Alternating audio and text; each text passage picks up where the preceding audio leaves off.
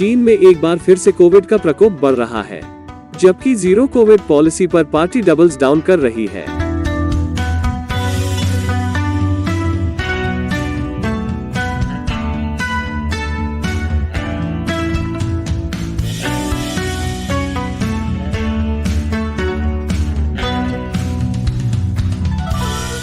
मैं Chris chapel हूं, China uncensored में आपका स्वागत है।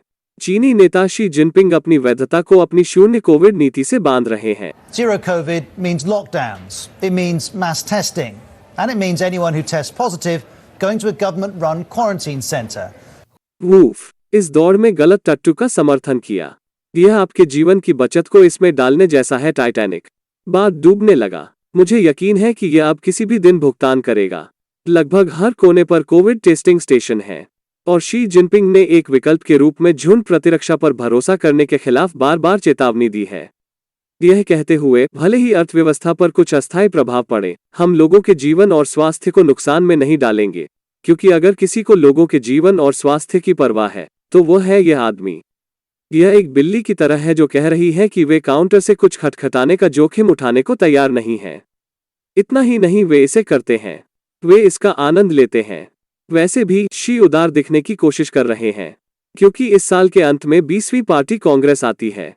यह एक प्रमुख कम्युनिस्ट पार्टी की बैठक है, और यहीं पर शी जिनपिंग खुद को पार्टी के नेता के रूप में तीसरा कार्यकाल देने की कोशिश करेंगे। अनिवार्य रूप से खुद को जीवन के लिए नेता घोषित करेंगे। तो जीरो कोविड पॉलिसी कैसे काम कर रही है? टाइटैनिक पर एंटी आइसबर्ग स्प्रे जितना ही प्रभावी है। 13 मिलियन के शहर शियान में अभी तक एक और कोविड का प्रकोप है। लेकिन चिंता न करें, शियान लॉकडाउन में नहीं जा रहा है।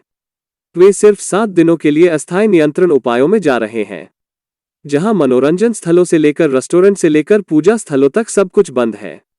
स्कूल जल्दी खत्म हो रहे हैं, जबकि कॉलेज परिसरों को सील कर दिया गया है और कुछ मोहल्लों को बंद कर दिया गया है। बस इतना ही। तो किसी कारण से लोगों की भीड़ शहर छोड़ने की कोशिश कर रही है, शायद इसलिए कि वहां पिछले लॉकडाउन की यादें अभी ताज़ा हैं। कुछ महीने पहले अपने घरों में बंद लोगों को भोजन और महत्वपूर्ण आपूर्ति की कमी का सामना करना पड़ा। अस्पताल कोविड रोगियों से भरे हुए थे, भले ही वे कोई लक्षण नहीं दिखा रहे थे। एक बड़े घोटाले में एक भारी गर्भवती महिला को कथित तौर पर नए साल के दिन अस्पताल से दूर कर दिया गया था, क्योंकि उसके पास एक वैध कोविड-19 परीक्षण नहीं था। अस्पताल के ठीक बाहर उसका गर्भपात हो गया था। लेकिन यह सिर्फ शियान नहीं है जिसमें एक नया कोविड उछाल है। अनहुई प्रांत में प्रकोप के बाद अधिकारियों ने 1.7 मिलियन लोगों को तालाबंदी के तहत रखा, और शंघाई में अधिकारी सभी को सामूहिक परीक्षण के एक और दौर में डाल रहे हैं। और भले ही शंघाई में अभी तक एक आधिकारिक शहरव्यापी तालाबंदी नहीं हुई है, लेकिन अधिक से अधिक अपार्टमेंट परिसरों को बंद किया जा रहा है। जीरो कोविड नीति मूल रूप से दादाजी सिम्पसन जीआईएफ हमेशा के लिए लूपिंग है। समस्या अभी तक एक और कोविड संस्करण है। यह एक अत्यंत संक्रामक है, पूरे देश में तेजी से फैल रहा है, और कम्युनिस्ट पार्टी अपनी शून्य कोविड नीति को बचाए रखने के अंतिम प्रयास में अभूतपूर्व कदम उठाने वाली है। इस त्वरित व्यावसायिक ब्रेक के बाद मैं आपको और बताऊंगा। वापसी पर स्वागत है। क्या आप जानते हैं कि हमारे पास चाइना अनसेंसर्ड मर्चेंट स्टोर है? इसे chinauncensored.tv/merchandise पर देखें। और हमारा सामान चीन में नहीं बनता है। अच्छा ही हुआ, इसलिए जबकि अधिकांश दुनिया ने स्वीकार किया है कि कोविड यहां रहने के लिए है, चीनी कम्युनिस्ट पार्टी अभी भी एक शून्य कोविड नीति पर जोर दे रही है, और यह वास्तविकता से अच्छी तरह मेल नहीं खा रहा है।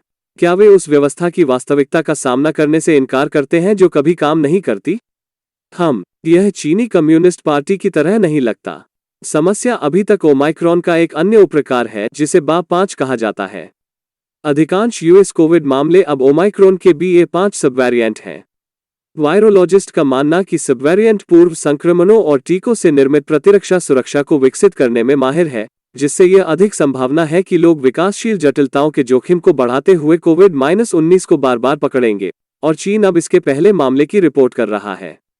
वास्तव में शियान में और 20वीं पार्टी कांग्रेस के आने के साथ राजधानी बीजिंग ने पिछले बुधवार को चीन का पहला कोविड वैक्सीन जनादेश शुरू किया।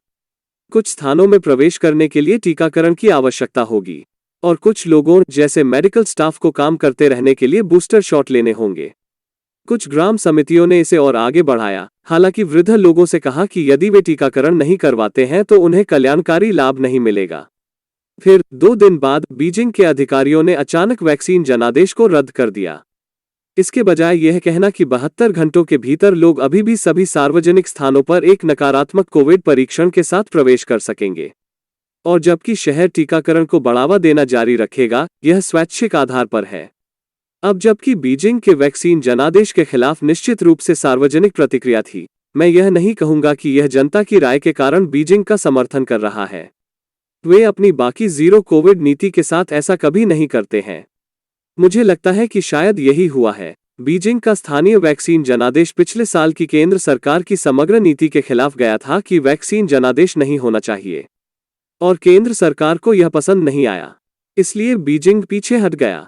लेकिन घबराना नहीं, वैक्सीन जनादेश के साथ या उसके बिना चीनी कम्युनिस्ट पार्टी बड़े पैमाने पर परीक्षण, निगरानी और लॉकडाउन की अपनी शून्य कोविड नीति के साथ रहने वाली है, खासकर पार्टी कांग्रेस से आगे। क्योंकि जैसा मैंने कहा, सीसीपी के तहत यह आपका शरीर नहीं है, यह लोगों का शरीर है, और यह शो आप जैसे दर्शकों के समर्थन के बिना संभव नहीं होगा।